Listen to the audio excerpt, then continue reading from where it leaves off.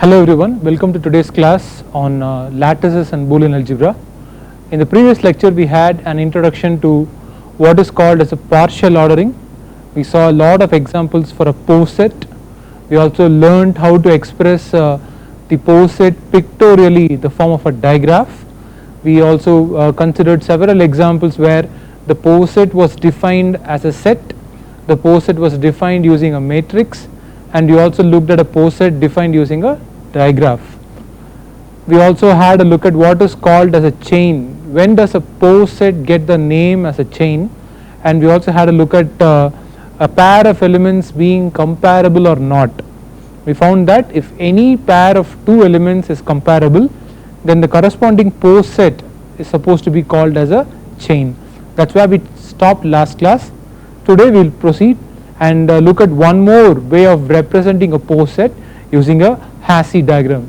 A Hasse diagram is one way of representing a poset exclusively for a poset. So if your partial ordered set is not a poset, if what you have, the combination of a set and a relation, is not a poset, we will not be using the Hasse diagram to represent it. So on your screens is the definition for your Hasse diagram. We start with the directed graph of the relation defined on the poset, placing the vertices on the page so that all arrows point upward. So we draw a graph, the digraph, which we have already seen in the previous examples, and we draw it so that the points are on the plane and the arrows are pointed in the upward direction. And then we do elimination of all edges pertaining to three main types. Number one, we will not include loops, as in if the ordered pair A comma A is part, the ordered pair A comma A is supposed to be a part of the poset because a partial ordering is obviously a reflexive relation. The line representing the pair A comma A can be done away with. We need not represent that using a separate arc. Similarly, all arrows whose existence is about the transitive property may not be expressed. So if you have AB as an arrow and you also have BC as an arrow represented by an arrow connecting A and B and one more arrow connecting B and C, then the arrow joining A to C need not be drawn. That edge can be eliminated. And thirdly, we can also do away with the indicators of the direction. We need not specifically mention which direction the lines are headed to. That's because all directions, all arrows will have only the upward direction as given in the definition of the Hasse diagram. So once again I would like to emphasize that the Hasse diagram is reserved for posets and posets alone. We will not use the Hasse diagram for any other representation. We will have a look at a couple of examples to get you familiar with the idea. We have one poset on the set 1, 2, 3, 4. The exact relation is not defined, but you have the digraph which will explain what is happening. So as the first step, we will eliminate all loops. So the loop connecting 1 to 1, 2 to 2, 3 to 3 and 4 to 4 are discarded in the second phase of the diagram. We no longer have the loops.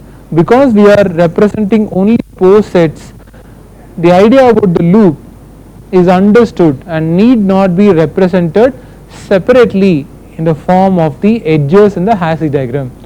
And secondly, we also need not take care of edges which exhibit the transitive property, as in we have an edge from 1 to 2 and then from 2 to 4, that is enough.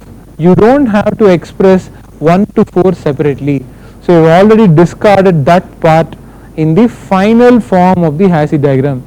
This edge connecting 1 to 4 is not present. I just drew it to indicate that it is replaced, it is disposable. That edge is disposable, you don't have to draw it. Likewise, you have 2 to 3 and 3 to 4, therefore the edge 2 to 4 can be done away with, you don't have to express that. Similarly, you have 1 to 2 and you have 2 to 3, the edge 1 to 3 need not be drawn.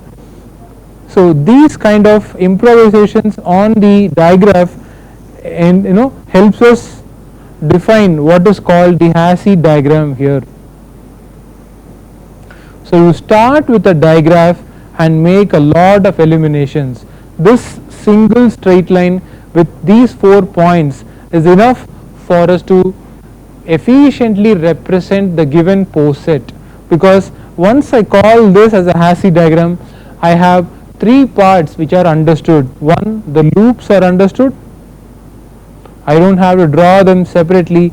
All of them are part of the diagram's representation. First, the loops are understood.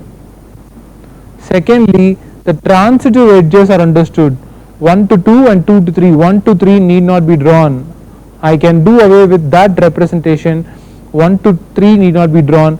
Similarly, 2 to 4 need not be drawn. Similarly, 1 to 4 need not be drawn.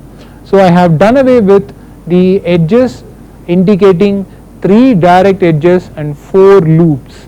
None of these is going to be significant, and none of these is going to be present in the final form of our Hasse diagram. They need not be represented. It goes without saying that all these edges are considered naturally just because we are calling the representation as a Hasse diagram and not as a digraph. To give you one more example, we will consider the pose set on 9 elements here. 1, 2, 3, 7 elements in fact, 4, 6, 8 and 12. Firstly, we are not representing any of the loops. The loop here, at each of the 7 elements are not represented in the final diagram. Secondly, the transitive edges, the edges connecting 1 and 4, 1 and 8, 1 and 12, 1 and 6 need not be drawn, because 1 and 2 is already there, and any edge connecting 2 to 4 will actually take care of 1 and 4 also.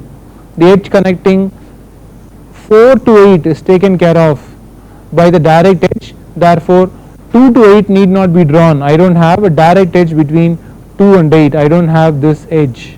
That need not be drawn, because that edge when drawn reflects the transitive property, and hence we need not draw it.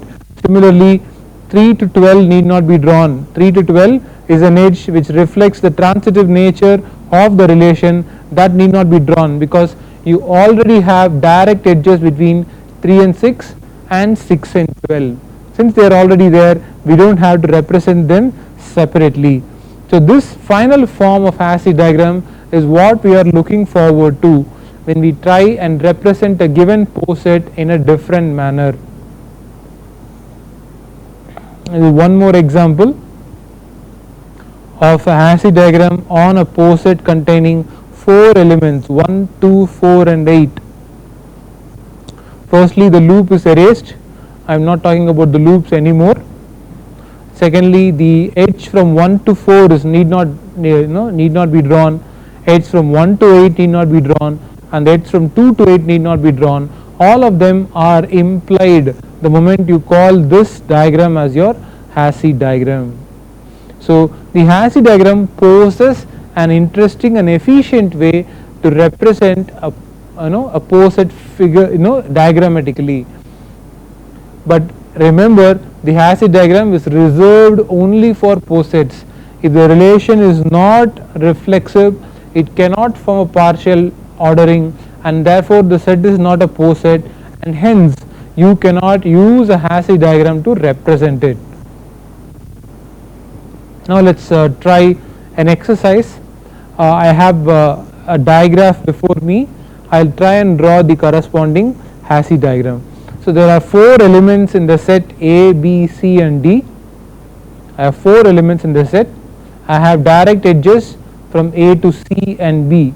So if I call this point as A and these 2 points as B and C, I have an edge from A to B, I have an edge from A to C. That's how the edges are distributed. Next up, I have an edge from B to D, and that is pretty much most of it, because apart from the loops, loop number 1, loop number 2, loop number 3 and loop number 4, apart from the 4 loops, all are direct edges, one from A to B, one from B to D and one from A to C.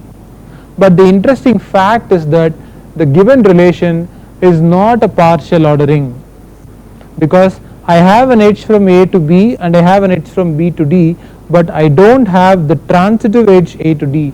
That is not part of the given relation, and hence what we have before us is not the digraph of a poset. It is a digraph, all right, but it doesn't reflect a poset. The digraph does not represent a poset. So we cannot draw the Hasse diagram for the given set comma relation pair. You cannot draw this. The Hasse diagram cannot be drawn because what we have here is not a poset. The diagram does not represent a poset, and hence you don't have a Hasse diagram for it. Next up, it is an improvisation of the previous digraph. Let's do it once more. A to C is a direct edge, C to D is a direct edge, A to B is here, that's what we have, C to D and then D to B, that's okay. So I'll name my points like this: A, C, D, B. That will take care of it. A to C is a direct edge, C to D is a direct edge, D to B is a direct edge, and that's all I need. I don't have to draw this edge anyway because it is taken care of by the transitive nature of the given polygon. A to D, this edge is the edge from A to D also can be done away with, that is representing the transitive nature. I don't have to draw it. The loops need not be drawn. It's a polygon with 5 edges. It's a polygon with 5 edges, but it is enough if we draw 3 of them alone in the Hasse diagram. One from A to D reflects the transitive nature, and the one from A to B is also going to reflect the transitive nature, so that need not be drawn. I need not draw all 5 edges of the polygon. I need not draw any of the loops connecting a vertex to itself. So this, the diagram before you, is what you call as the Hasse diagram for the given poset. That's your required poset. Next up we have one more poset given to us. It is reflexive, it is antisymmetric, it is also transitive trivially. Therefore you can draw the Hasse diagram for this, and the Hasse diagram is going to look very simple because A to B is a direct edge, C to D is a direct edge, and there are no other edges involved, so it is going to contain only these 2 lines, A, B here, C, D here. The loops at A, B, C and D need not be drawn. You don't have to draw those edges representing the loops. There are only 2 other lines which are non-loops, and we have already represented both of them. And the next one is a challenge to us. We have the digraph, and we are supposed to draw its corresponding Hasse diagram. So what we will do is, we will first, to help you understand and solve this better, let's write the matrix corresponding to the given digraph. That will make our task easy. I have A, B, C, D, E. I have A, B, C, D, E. So when I mark the elements in the matrix form, I have an edge from A to A only, because all other edges come to A, they do not start at A. So there is no edge from A to B or C or D or E. Looking at B, there is only one edge B to A and the edge B to B. Looking at C, C goes to A, C goes to B, C goes to itself. Starting from D, D goes to A, D goes to B, D doesn't go to C, T goes to itself and D goes to E again. The last part, E goes to A, E goes to itself, E doesn't go to any other vertex. So that is the matrix of the given pose set. Now it is obviously reflexive, and is it antisymmetric? Now let's compare the entries. First row and second column, second row first column do not match. First row third column, third row first column do not match. First row fourth column, fourth row first column do not match. First row fifth column and fifth row first column do not match. Similarly 2 and 3, 3 and 2 do not match. 2 and 4, 4 and 2 do not match. 2 and 5, 5 and 2, they do match, but it's not a problem. Both of them are absent, that's okay. And next up 3 and 4, 4 and 3, both are zeros. 3 and 5, 5 and 3, both are zeros. 4 and 5 is 0, 5 and 4 is non-zero, that's okay, they do not match. So it is in fact an antisymmetric relation. And is it a transitive relation? Can we call this as a transitive relation? In fact, this is a transitive relation because C to B and B to A leads to C to A, D to E and E to A leads to D to A, D to B, B to A implies D to A is available. So whenever you have A comma B and B comma C as part of the relation, we also see that A to C is also part. So now that we have confirmed that the given set along with the relation forms a pose set, we are ready to draw its Hasse diagram. And the Hasse diagram is going to look in a slightly different manner. I'll start with D here. I'll have one element called C, one element called B, let's call this as B, one element called C here. I'll have a D and I'll have an A. Now we can join them. There is no edge from D to C, and that is where they are on the same horizontal line. D to B there is an edge, D to E there is an edge, C to B there is an edge. There is no edge between C and D, that's okay, that can remain open. B to A you have a direct edge. I don't have to draw this line because it is understood by the transitive nature. I don't have to draw any of the loops. E to A there is a direct edge, I can draw that. Once again D to A need not be drawn because that will represent the transitive nature, and that is all of it. And we need one from C to A. The edge from C to A also need not be drawn because C goes to B and B goes to A. Once again transitive property takes care of. So A goes to itself, which is the loop, I don't have to draw that. B goes to itself, the loop again, and B goes to A, I have drawn that. C goes to itself, C goes to B, I have drawn that. C also goes to A, I don't have to draw it. D goes to itself, the loop I have skipped. D doesn't go to E, D also goes to E, I have drawn that. D goes to B has been represented. D goes to A need not be represented because of the transitive nature. And finally, looking at the vertex C, E only goes to itself and A. The loop can be skipped and the edge A is present. So this is your Hasse diagram. Look at how simple it is to express a pose set as a Hasse diagram as opposed to expressing it through a digraph. So that is what we are going to look at in this part of the lecture. We will have a look at many pose sets, and each pose set we will try and express. We will discuss one more example on how to find the Hasse diagram of a given digraph. We have 5 elements representing a relation on a set which has 5 elements. So let's try and write down the matrix of the corresponding relation. This will help us draw the Hasse diagram efficiently. With 5 rows and 5 columns, let's populate the matrix first.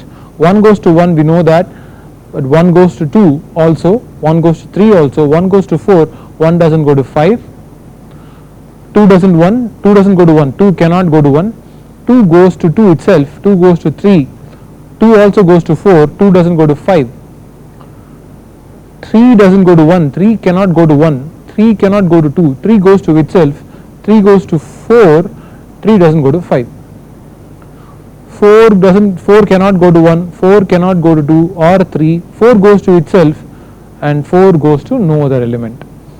5 starts at 1, 5 doesn't start at 1, 5 can't go to 2, 5 actually goes to 3, 5 goes to 4, and 5 goes to 5.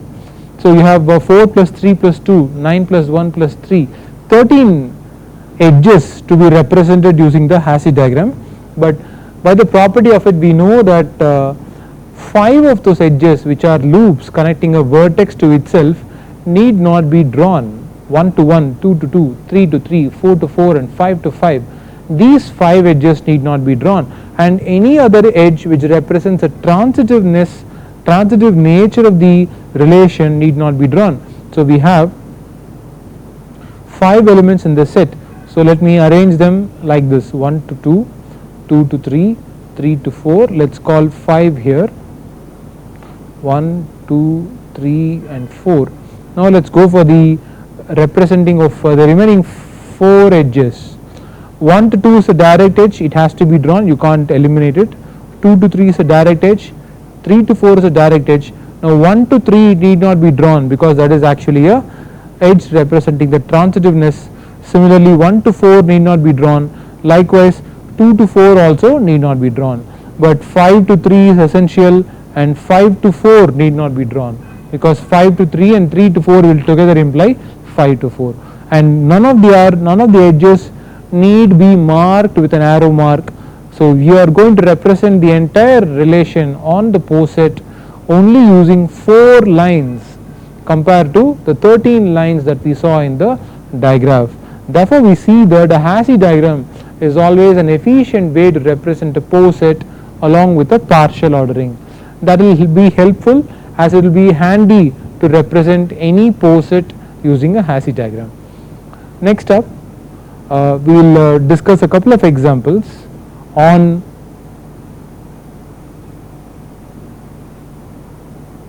drawing the Hasse diagram on certain sets. The first example is about a set containing 6 elements, and the relation A is related to B if A divides B, which means that B must be a multiple of A or A should be a divisor of B. If either of this is observed, then we know that A and B are related. Before we go into the diagram, let's list all the ordered pairs because it is helpful to do that. The ordered pairs of the given relation are 1 1, 1 2, 1 3, 1 4, 1 5, 1 6, because 1 divides everything else. 2 doesn't divide everything, 2 divides itself, 2 divides 4, and 2 divides 6. Same with 3, 3 doesn't divide everything, 3 divides itself, and 3 divides 6. Likewise 4 doesn't divide anything else, only 4 itself. 5 doesn't divide everything else, only 5 itself, and 6 doesn't divide everything else, only 6 again. So we have 3 plus 2 plus 3, that's 8 plus 6, 14 ordered pairs in the relation. I have not missed everything, I guess. 2 divides only 2, 4 and 6, 3 divides only 3 and 6, 4 divides only itself, also divide only themselves. So this relation is obviously reflexive, it is also antisymmetric, and also turns out to be transitive. So we are talking only about a POSET, and that's not a problem. Next up, we will try and represent this using a Hasse diagram. We have 1 dividing every other number, so 1 takes the bottommost position of your Hasse diagram. Further, 1 divides 2, 1 divides 3, neither of which divide each other, so 2 and 3 are the same height from 1. Similarly, you also have 5. 2, 3 and 5 are the same height because they don't divide numbers which are other than 5 only divides itself, so 5 is part of the Hasse diagram. 3 and 6 divide other elements, so they are closer. And 2 divides 4, so 4 is located here. 3 divides 6, 6 is located here. Now we are ready to connect them using edges. So 1 to 2 is a direct edge, 2 to 4 is an edge. This edge from 1 to 4 can be erased, that's understood. Likewise 1 goes to 3, direct edge, 3 goes to 6, another direct edge, but this edge 1 goes to 6 need not be drawn, the edge can be done away with, but 1 and 5 has to be drawn because 5 is a lone point without any divisors or dividing any other number.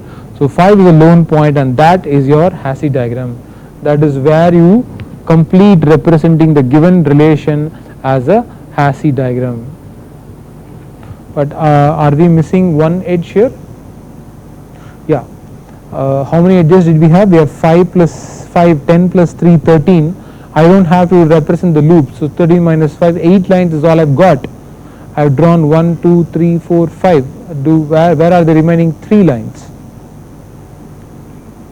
Okay, 1 to 4, you don't have to draw that. That's taken care of with the transitive nature.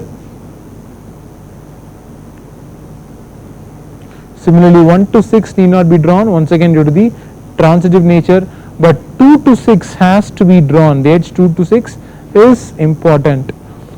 It is not taken care of with the transitive nature. 2 to 6 has to be drawn using a separate line. So this is in fact the Hasse diagram of the given set. Next one is 3, 5, 7, 11, 13, 16 and 17, and the interesting part is all the numbers are co-prime with every other number. 3, 5, 7, 11, 13, 16. No number divides the other number. 3 doesn't divide 5, 7, 11, 13, 16, 17. 5 doesn't divide everything else. 7 doesn't divide everything else. So does 11. So does 13. So does 17. All of these are prime numbers. No other number also divides these except 16. So this will be the Hasse diagram. That's all you have for the Hasse diagram. The numbers divide themselves, so the loop need not be drawn. 1, 3 to 3, 5 to 5, 7 to 7, 11 to 11 need not be shown. It is also antisymmetric. It is also trivially transitive, and that is the Hasse diagram that you can draw. Okay, next up let's have 2, 3, 5, 10, 11, 15 and 25. Okay, what we'll do is we'll divide the diagram into two parts. First part of all those numbers which cannot be divided. 2 cannot be divided by any other number other than 1, and 1 is not present. So 2, 3, 5 and 11 are together along the bottom row of the relation. So 2 is here, 3 is here, 5 is here and 11 is here. Okay, next up 5 and 2 have one number in common. 5 and 2 are both mapped to the same number called 10. That's because 2 divides 10. That's also because 5 divides 10. Next up 5 and 3 are together.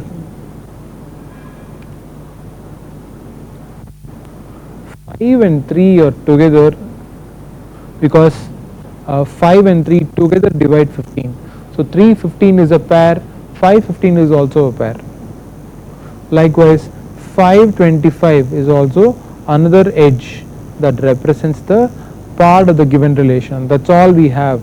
We have only 1, 2, 3, 4, 5 edges out of the pose set, because the pose set will look like this. If I start writing the ordered pairs of the pose set, this will be 2, 2, 2, 10. That's all. I don't have any other numbers divided by 5. Next we will have 3, 3, 3, 15.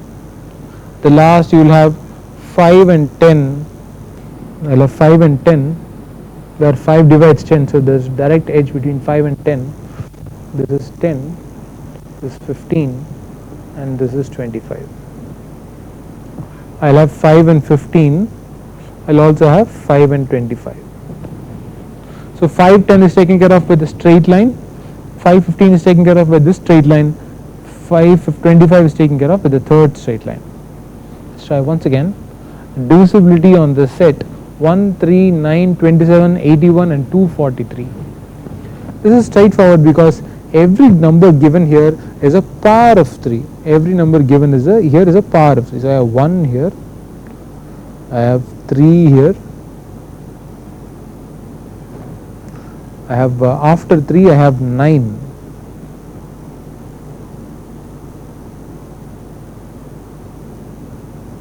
After 9 I have 12. No, I don't have 12, I have 27. After 27 I have 81, and after 81 I have 243.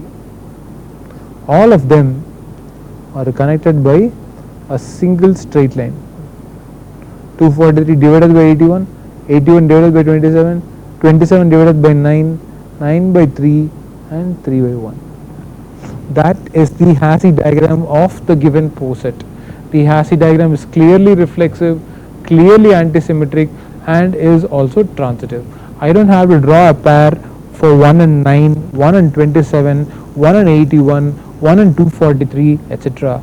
Those pairs are understood by the moment I call it as a partial ordering and I am trying to draw the Hasse diagram for the given set. Hasse diagram. In Hasse diagram I will have to draw 4 edges which are essential. So let us write down A to B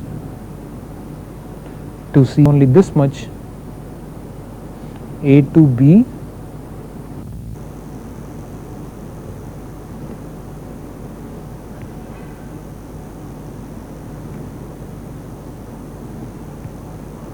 A to B, that's all.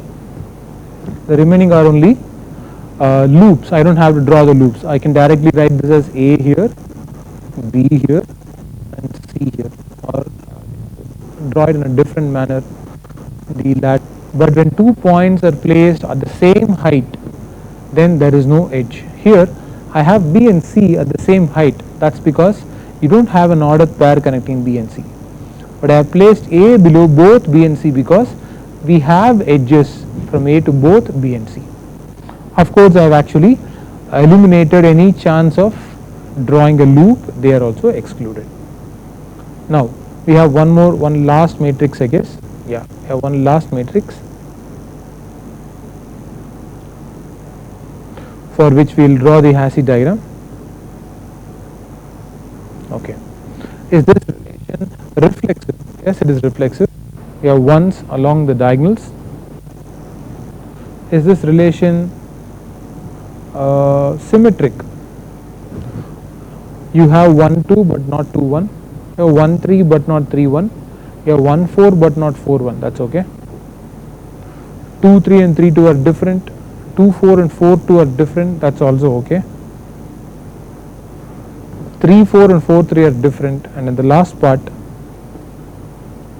4 3 and 3 4 are also different. Therefore, this relation is in fact antisymmetric and we can proceed with it. But can we say whether this relation is also transitive?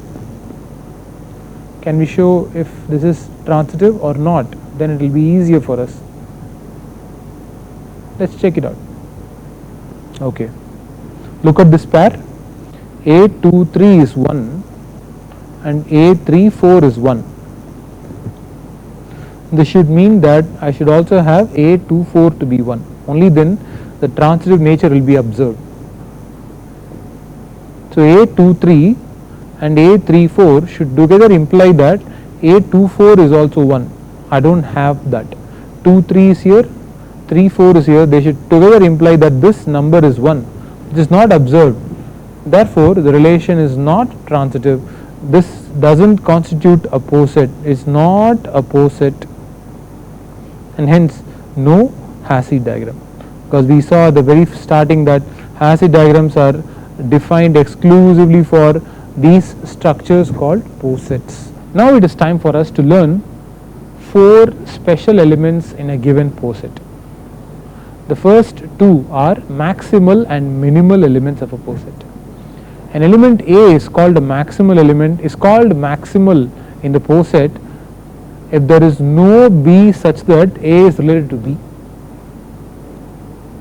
There is no B, as in you must not be able to find out such a pair in the relation.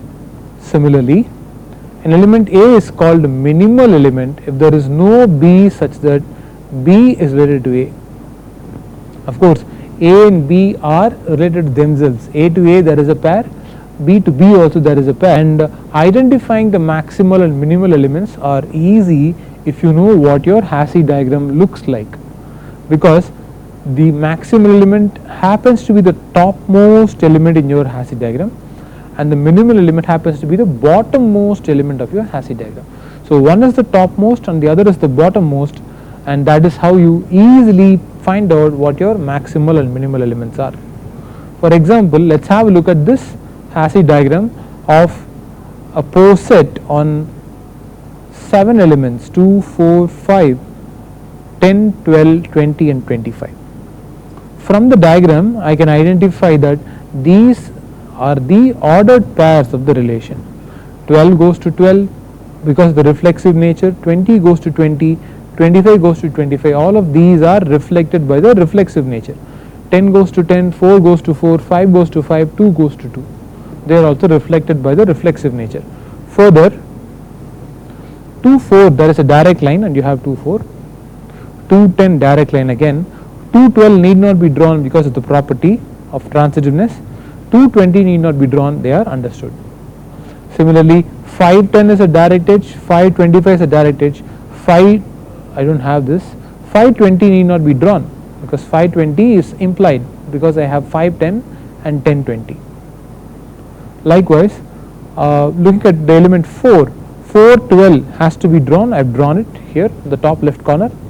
420 need not, 420 also has to be drawn because it's a direct edge. 10, 20 has to be drawn, I have included that. Any other relation need not be drawn because they are part of the transitive nature of the relation. So this is the Hasse diagram of the given set. Now we are interested in finding out what are the maximal elements. Now look at maximal elements. Maximal elements are elements of the form A such that you will never find the pair AB belonging to the relation. You will never find a distinct element paired up with this A. That is why A is called as a maximal element.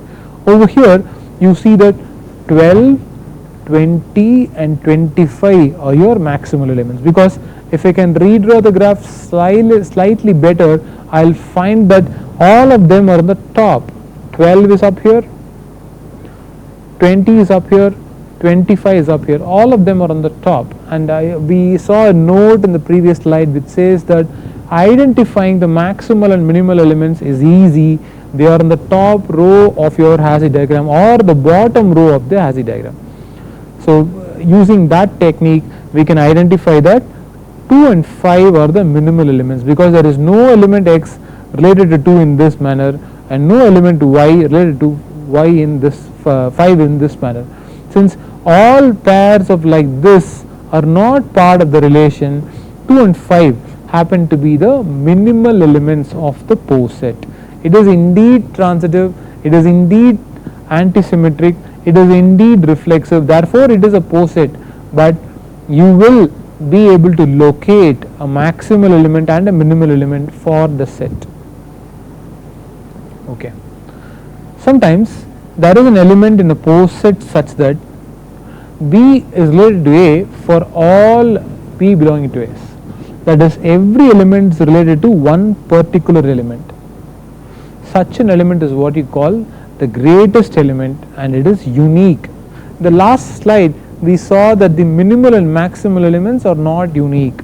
There are more than one element which have the same maximal property, or more than one element which exhibit the same minimal property, but that's not always.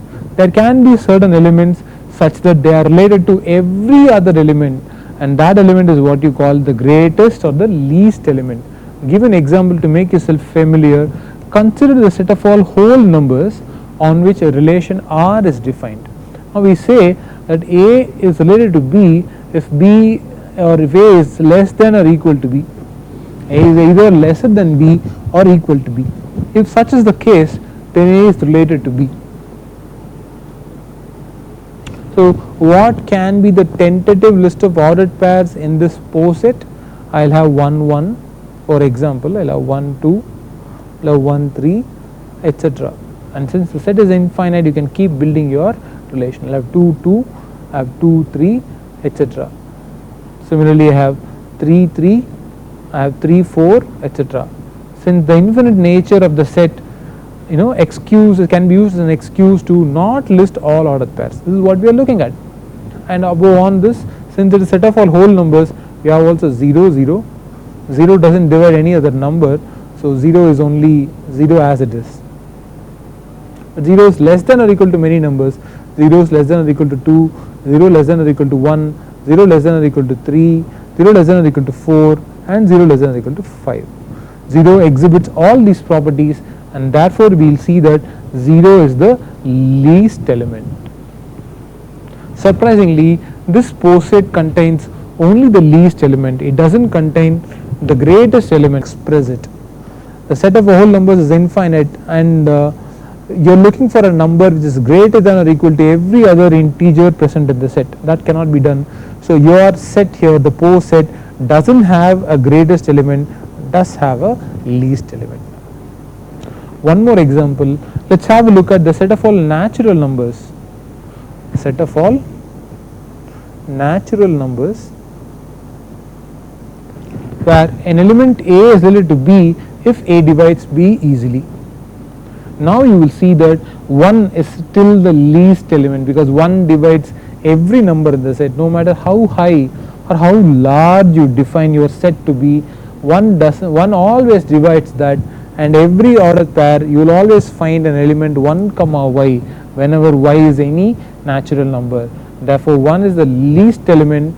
Once again we see that this set does not contain an greatest element. The greatest element is absent in this set.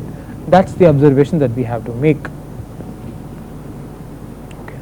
Proceeding further, sometimes it is possible to find an element such that it is related to a subset of the poset. If U is an element of S such that A is related to U for all A belonging to the subset, then U is called the upper bound. So likewise, there may be an element that is less than or equal to all elements. That is, you will always be able to find out a pair such that let's call this element V. You will always find A is related to V in some manner. Therefore you call it as a lower bound. You will call it as a lower bound. You will always find an ordered pair of this kind. Therefore you call V as a lower bound. In the other case, if you can look at lot of examples, you will find out that for every A there is always a B, and therefore the B is called the upper element. It can be B, it can be U, it can be V, whatever. U is called the upper element. I will discuss a simple example which will help you get familiar with the idea. Now in this example we have a poset on 3, 5, 7, 8 elements. We have a poset on 8 elements. There is some relation defined. We don't know what that relation is, but we are actually given the Hasse diagram of the poset. So you can assume that this will be a poset, as in you will find the relation reflexive, you will find the relation antisymmetric, you will also find the relation transitive. But the task here before us is to find the upper bounds and lower bounds for a particular subset containing A and B. You are looking only at A and B, and as upper bounds you are looking at any when you are considering a particular subset. Now you will see that we are looking for upper bounds. A and B, the set A and B has the following elements as upper bounds, and what are they? C is an upper bound because there is a pair AC. D is an upper bound, there is a pair AD. E is an upper bound, there is a pair AE, and F is an upper bound. G is an upper bound, and similarly H is also an upper bound. So all of these are upper bounds for A alone, but we are not worried about one single element. We want upper bounds for both A and B. So the list for B is similar, and you will start with BC. BD need not be drawn. B is okay. BF is already part of the set. What happened? The calculation listed does not include BE. In fact, it can include BE. It cannot include BF. Even BF is included because I can go from B to E and there from E to F. So BF is part of the set. BG is still part of the set. BG is already included, and the last point, BH is also part of the set. So we have to take care of 2, 4, 6, 8, 10, 12, 14 edges in our Hasse diagram. And when you look at these two elements A and B, you see that they don't have any lower bounds. You can't find an element X such that both XA and XB are part of the relation. So on the other hand, the upper bounds are galore. You have more than one upper bound. C is an upper bound, D is an upper bound, E, F, G, H. all of these 1, 2, 3, 4, 5, 6, all of these 6 elements are upper bounds of the set containing only A and B.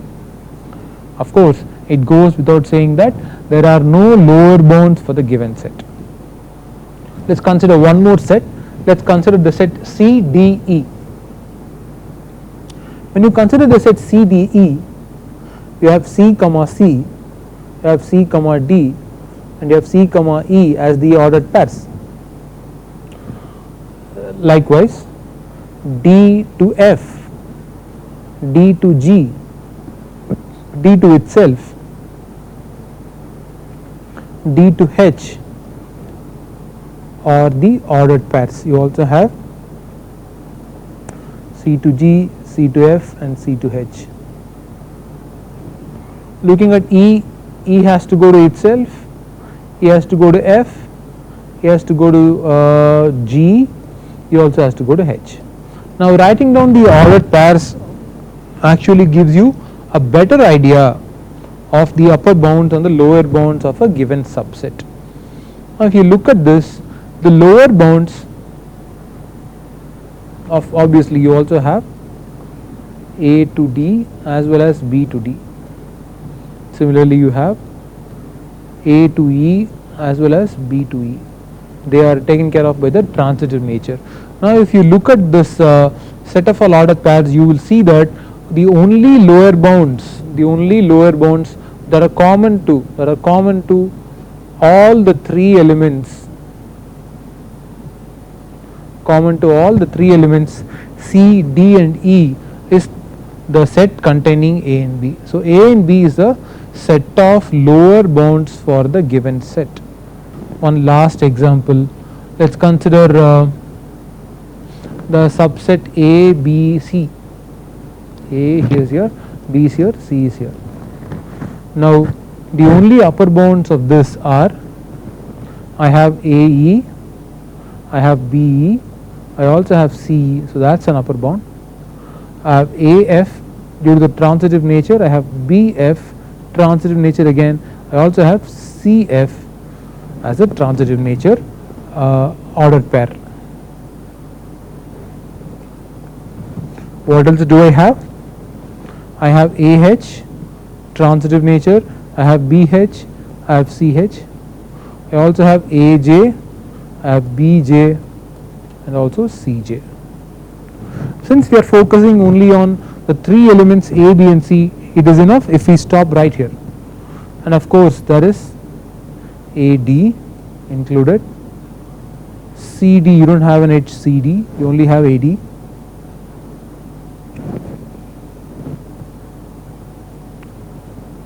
You have AE over AD over here.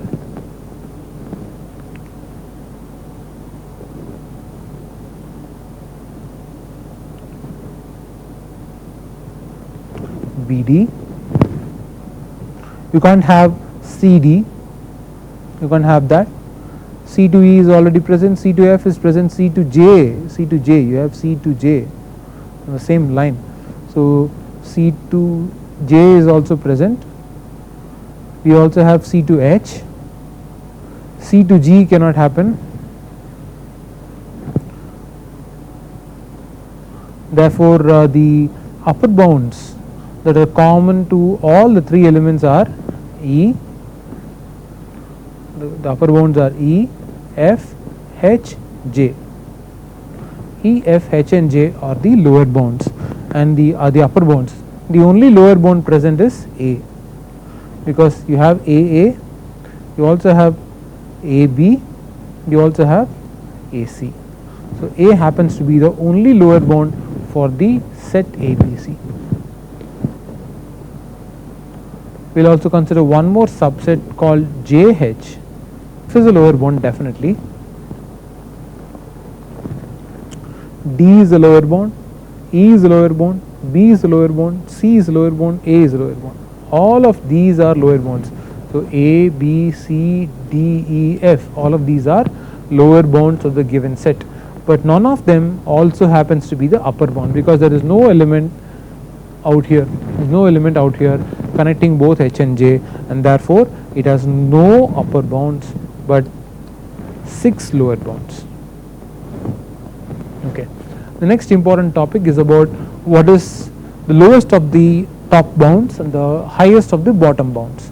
So we call an element X as the least upper bound of the subset A if, first of all, the set contains only upper bounds, that is X is an upper bound, and whenever Z happens to find another upper bound, X is also getting related to Z. This is what you call as the least upper bound, and it is best explained using an example.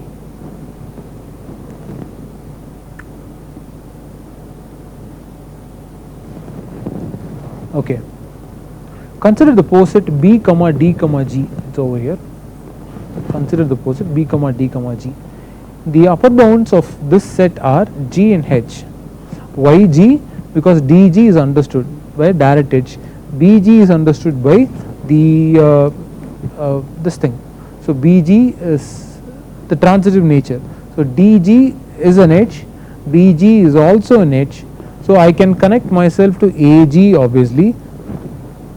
I can also connect myself to AH, that is also available. AG and AH are direct edges. AG need not be drawn due to the transitive nature, so happens to be H. So the upper bounds of the set are G and H, because only there you will find DG, BG, AG and also DH, GH and AH.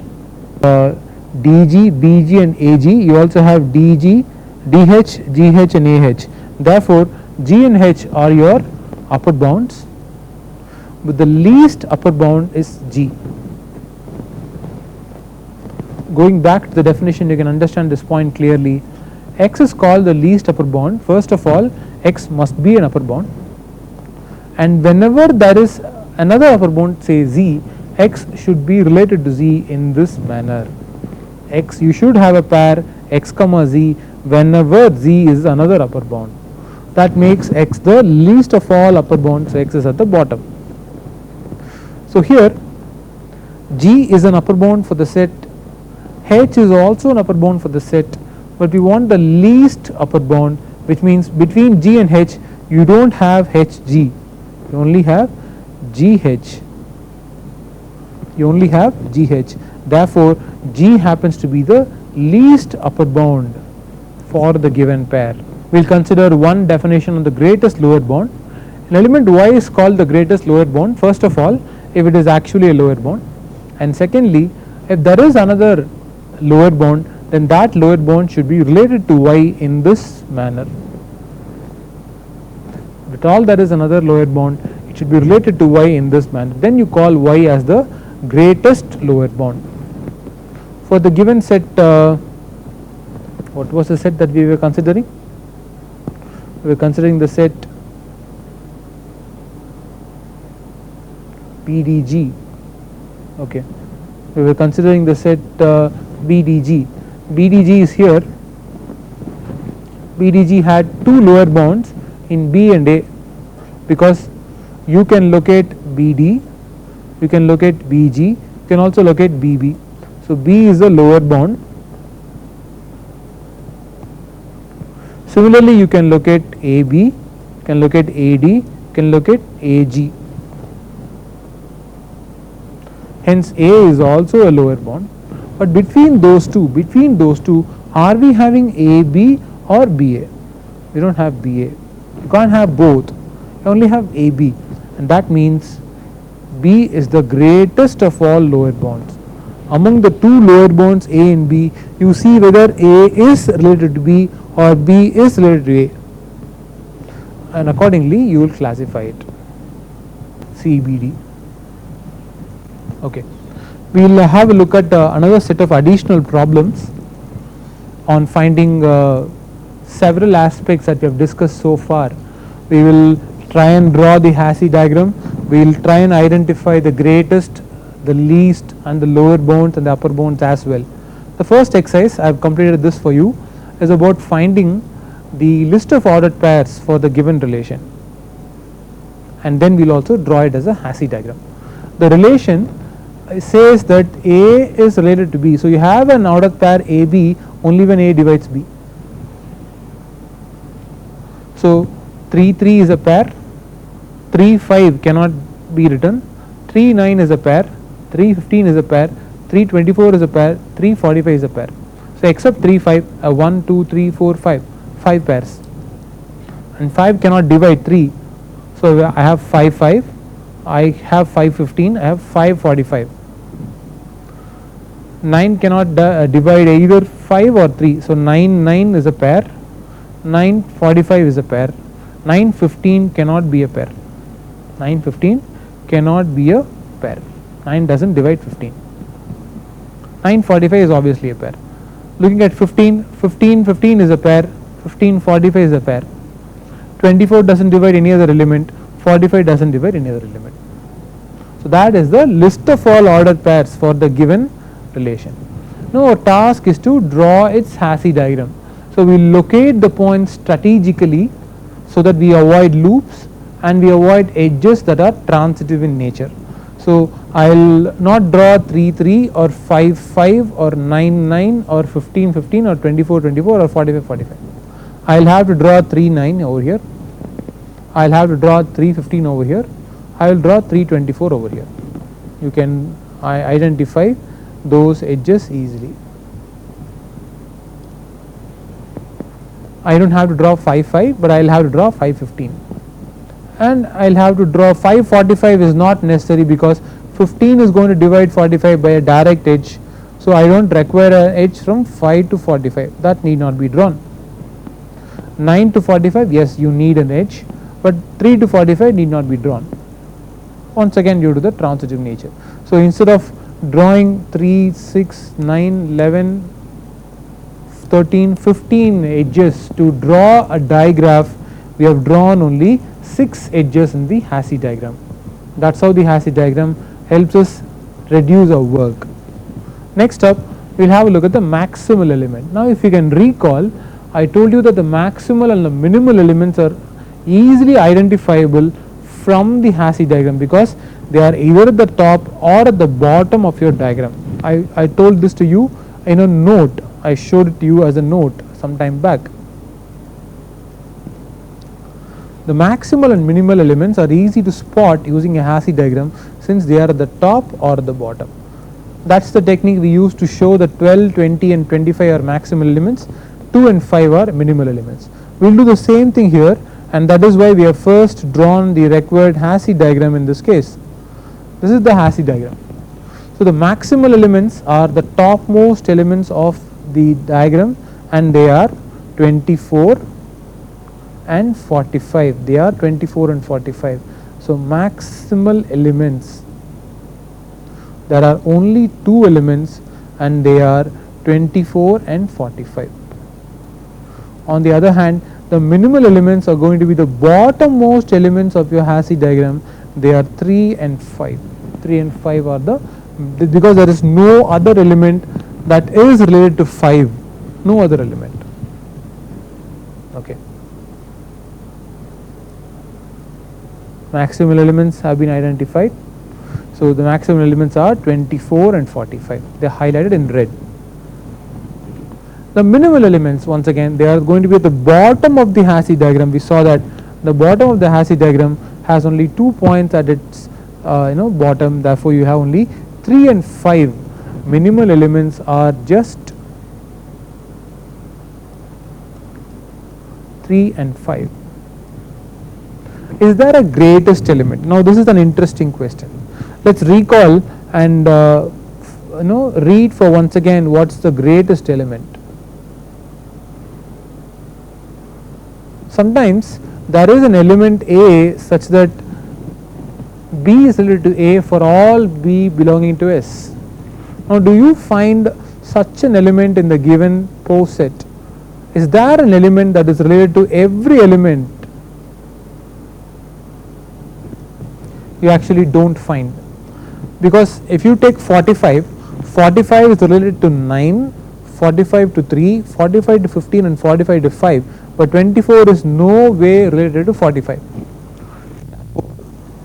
45 is not a maximal element. Suppose you take 9, 15 and 9 are not related, 9 can't be a maximal element. You take 15, 9 once again is not related, 15 is ruled out.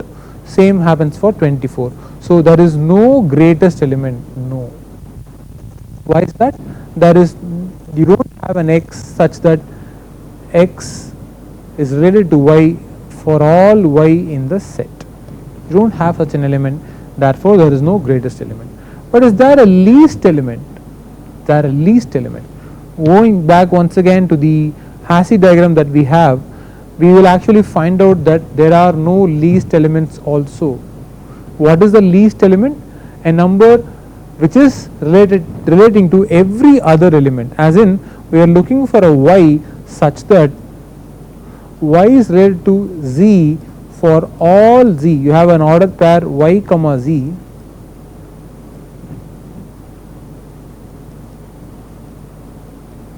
You have an ordered pair y comma z for all z belonging to the set. That's not possible. 3 comes very close to this. 3 comes very close to this because 3 to 9, 3 to 24, 3 to 15, 3 to 45, all of them are present, but 3 to 5 is not present, and therefore 3 is not the least element. The similar argument can be given to show that 5 is not the least element. Okay. Now let's consider a particular subset and discuss all its upper bounds. Let's consider a particular subset in 3, 5 and list all its upper bounds.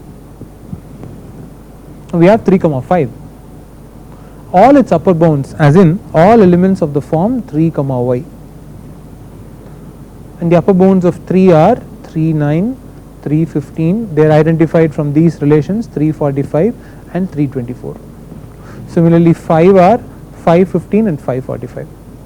So what are the upper bounds common to both 3 and 5?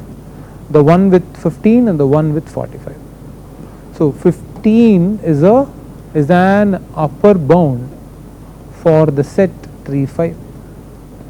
Similarly, 45 is an upper bound for the set 3, 5. So only 3 and 40, only 15 and 45, that's what we saw. 15 and 45 are the upper bounds for the given subset. Next up, we will try and find if there is a least upper bound, because we saw that 15 and 45 are upper bounds, but between 15 and 45, do you find 45, 15 or 15, 45? You don't find this obviously, you find only 15, 45. So between these two upper bounds, 45 is an upper bound of 15 itself. Therefore, 15 is the least upper bound comparing both 15 and 45. Now let's try and list the lower bounds of 15 and 45. Lower bounds. Now you see that 3, 15, 3 is a lower bound. 5, 15, 5 is also a lower bound. Similarly, for 45, 3, 45 is present, 3 is a lower bound. 5, 45 is present, so 5 is also a lower bound. You also have 9, 45, 9 is also a lower bound. You have 15, 15 also, 15 is a bound for itself, 15 is a bound for 45 also. So what are common? 3, 5 and 15. You have 3 as a common lower bound, 5 as a common lower bound, 15 as a common lower bound. So all of 3, 5 and 15 are lower bounds for the given subset. 3, 5 and 15 are the lower bounds. The elements 3, 5 and 15 are lower bounds. The diagram is quite a complicated one and it looks like this. The Hasse diagram looks like this. I have an edge 2, 4, I have an edge 2, 6. So I don't have to draw an edge 212 or 260 or 218 or 236 or 272 or 248. They are taken care of by the transitive nature of the relation. So once again, I have 6 going to 18, but 6 to 36 is not required, 6 to 72 is not required by the transitive nature, 6 to 12 needs to be drawn, but 6 to 48 or 60 need not be drawn. Coming to 4, 4 divides 12, so there is a line. 4 divides 36, you don't have to draw a direct line. 4 divides 72, no direct line is required. Similarly, 4 to 48 you need to draw a line, so I have it, but 4 to 60 you don't need a direct line. 9 to 18 you need, 9 to 36 you need, 9 to 72 you need. They are taken care of with the transitive nature. 9 to 27 has to be drawn. So this represents the Hasse diagram for the given relation, and we will use this to answer a couple of problems, a couple of questions on this. What are the maximal elements? What elements are on the top? You will see that 4 elements are on the top. 48 is on the top, 60 is on the top, 72 is on the top, 27 is on the top. All of these are maximal elements. You will never find an ordered pair of the form 27 comma y other than 27 itself, or 48 comma t, or 60 comma u, or 72 comma v. If of course you reuse the same element, you will find the ordered pairs, but you will not find distinct elements forming ordered pairs. So 48, 60, 72 and 27 are in fact maximal elements. Talking about minimal elements, you will have to look at the bottom of the Hasse diagram, and the bottom of the Hasse diagram has only 2 elements as its minimal elements. You will never find an ordered pair y comma 2 or t comma 9. So they are the minimal elements of the set. And does it have a greatest element? Can you find the super element t such that it is always, any element is always related to u for all u in the set? No. Is there a least element? Is there an element that divides every other element? Is there an element that divides every? It can't be 6 because 6 doesn't divide 27. It can't be 4 because 4 doesn't divide 18. It can't be 9 because 9 doesn't divide 12. It can't be 2 because 2 doesn't divide 27. So once again we see that there are no least elements also. You don't have least elements. Can we find all upper bounds for the set 2 comma 9? Can we find all upper bounds for the set 2 comma 9? So we are looking for all elements of the form 2x as well as 9x. X can't be 4 because 9 4 is absent. X can't be 6, x can't be 12, x can't be 48 or 60, but x can be 18, x can be 36, x can be 72, because we find a pair 218, 236, 272 as well as 918, 936, 972. All of these are upper bounds for the set 29. All of these are upper bounds for the set 29. Can we find the least upper bound? So we had 18, 36 and 72. Which of these is the least? Do we have 1836 or 3618? Of course this is not possible. Do we have 1872 or 7218? Once again this doesn't make sense. We have only this possible. So 18 is the only element that is the lower bound of all the upper bounds. Therefore 18 to 36, 18 to 72 is available. Therefore 18 is the least upper bound. Similarly, what can be the lower bounds of 60, 72? 60 and 72, what are the lower bounds? Clearly you will see that 12 is a lower bound, because 12 divides both 60 and 72. No other number divides both 60 and 72. 18 cannot happen, 18 doesn't divide 60. 36 cannot happen, 36 doesn't divide 60. 48 divides neither 60 nor 72. So you have only 12 as a lower bound. You also have 6 as a lower bound, because 660 and 672 are present. You still have 4 as a lower bound. 460 and 472 are also present. So all of 4, 6 and 12 are lower bounds. But which of these is the greatest lower bound? When you have a look at the greatest lower bound, you will see that the greatest lower bound is in fact 12, because amongst these three you don't have, you have 4 12, but you don't have 12 4. That's meaningless. You have 6 12 but not 12 6. In fact 2 is also a lower bound in the previous case, but that is not going to matter. So you will see that 12 is the greatest lower bound, of the set 60, 72. 12 is the greatest lower bound of So today we have had a look at how to draw the Hasse diagram for a given poset. We have understood what the maximal and minimal elements of a poset are, and also about the greatest and the least elements, and the upper bounds, lower bounds, the greatest lower bound and the least upper bounds of a given poset. In the next class we will have a look at what constitutes a lattice, and we will discuss further properties of structures called as lattices. Thank you.